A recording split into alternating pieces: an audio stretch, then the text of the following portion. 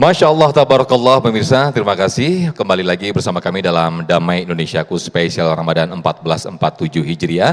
Dan di segmen ini kita masuk dalam segmen Penjaga Nusantara. Di segmen ini guru kita Ustaz Said Kutub akan memberikan tausiah berkaitan dengan subtema yang akan disampaikan Al-Quran sebagai pembentuk moral. Kami persilakan Ustaz.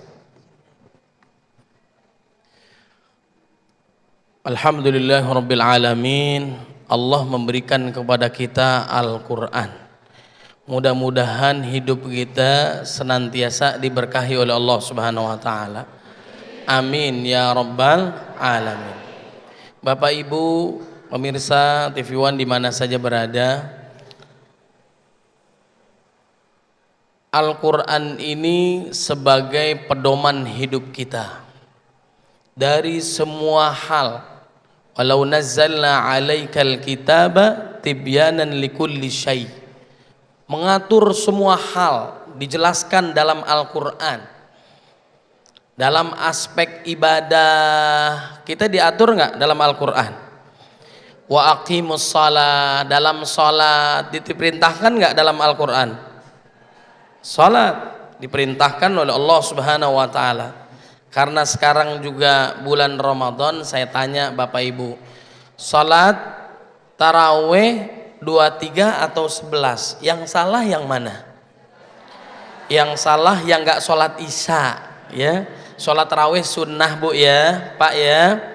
23 rakaat, rakaatnya panjang, bacaannya pendek. 11 rakaat, rakaatnya pendek, bacaannya panjang. Di Masjidil Haram, Masjid Nabawi dua-duanya panjang. Kalau kita pengen dua-duanya pendek, kita paling ikhlas kalau imamnya baca surat Al-Ikhlas, ya.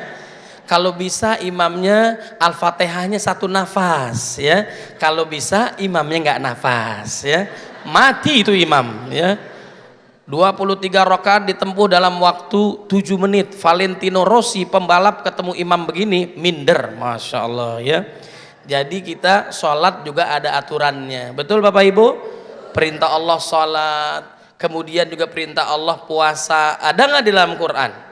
Biasanya dipanggil oleh Allah orang beriman satu perintah, dua larangan. Ya ayyuhalladzina amanu kutiba alaikumus syiyam. Ini larangan atau perintah? Ustazah semua, Ustadz, Masya Allah ya. Kalau belum wafat yang begini jangan dikubur nih ya. Kemudian ada lagi ya ayyuhalladzina amanu jtanibu katsiran minadh-dhon dan seterusnya. Ini ayat panggilan bagi orang beriman, perintah atau larangan? Udah pura-pura tahu aja Bu ya. Ini larangan dari Allah Subhanahu wa taala. Ngomongin orang boleh nggak Bapak Ibu? Ya, biasaannya ghibah, fitnah itu kebiasaan bapak-bapak, betul nggak? Kalau ibu-ibu kan nonton bola, betul Bu ya? Ini mah ibu-ibu solehah semua nih, Masya Allah ya. Pak, dijaga lisannya. Itu berarti dilarang, apalagi di bulan Ramadan. Alhamdulillah Ustadz, saya dari pagi sampai maghrib nggak ngomongin orang, bagus nggak? Tidak seperti tetangga sebelah ya. Ini bapak-bapak harus dijaga lisannya ya Pak ya. Kalau ibu-ibu ini solehah semua nih, Masya Allah. Baik, itu dalam ibadah puasa. Kemudian ibadah haji ada aturannya nggak? Saya mau ibadah haji bulan Ramadan aja biar berkah, bisa nggak ibadah haji? Mudah-mudahan jamaah kita yang umroh diberikan kemudahan untuk pulang ke tanah air. Insya Allah puasa, zakat, haji, sholat semua diatur dalam ibadah.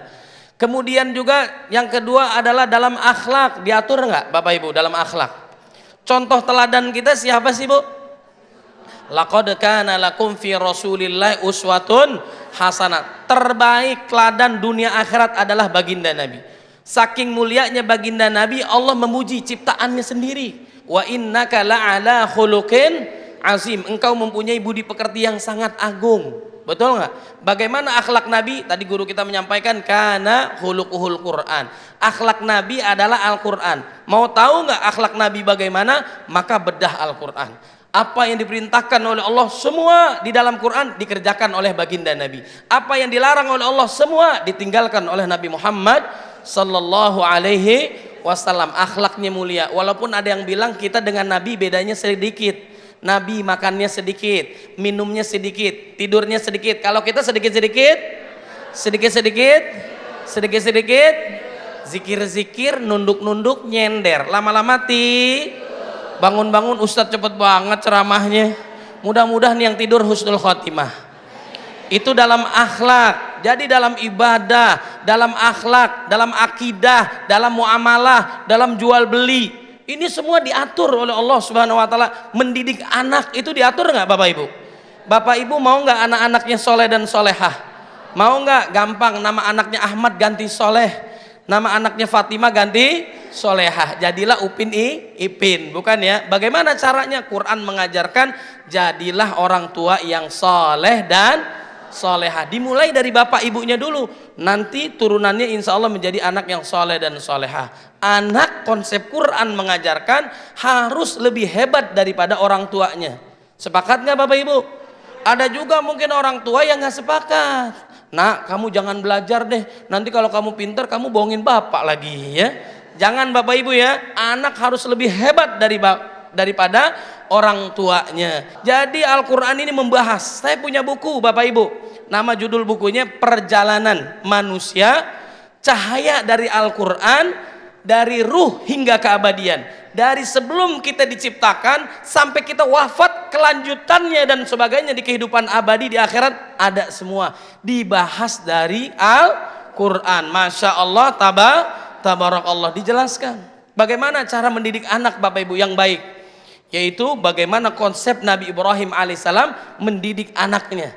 Bapak Ibu perhatikan, anak kalau sudah soleh, anak sudah soleha, jangankan hartanya, tenaganya, perhatiannya, nyawanya buat orang tuanya. Masya Allah. Makanya sebagai penutup saya sampaikan, kita mendidik anak bukan anak kita yang nakal Bapak Ibu, kita yang nggak sabar didik anak kita. Setuju nggak Bapak Ibu? Bukan orang tua kita yang membuat kita capek, yang membuat kita kesel, nih cerewet dan bawel, bukan. Kita yang nggak sabar merawat orang tua kita. Mudah-mudahan orang tua kita dijaga oleh Allah, yang sudah wafat dijadikan kuburannya taman surga. Amin ya rabbal alamin. Upin Ipin pergi ke sekolah. Mohon maaf lahir dan batin jika ada salah. Jemur keripik di tengah sawah, keripik dijemur di atas batu. Wabillahi taufik wal hidayah. Assalamualaikum warahmatullahi wabarakatuh. Waalaikumsalam warahmatullahi wabarakatuh. Terima kasih Ustaz Said Qutub yang telah memberikan tausiah dalam segmen Penjaga Nusantara. Nah pemirsa, masih dalam judul tema atau tema besar kita, yaitu bagaimana Al-Quran dipelajari, dihayati dan juga diamalkan. Kami akan berikan kesempatan untuk para jamaah mengajukan pertanyaan di segmen berikut dalam segmentasi tanya jawab. Tetaplah bersama kami dalam Damai Indonesiaku Spesial Ramadan 1447 Hijriah.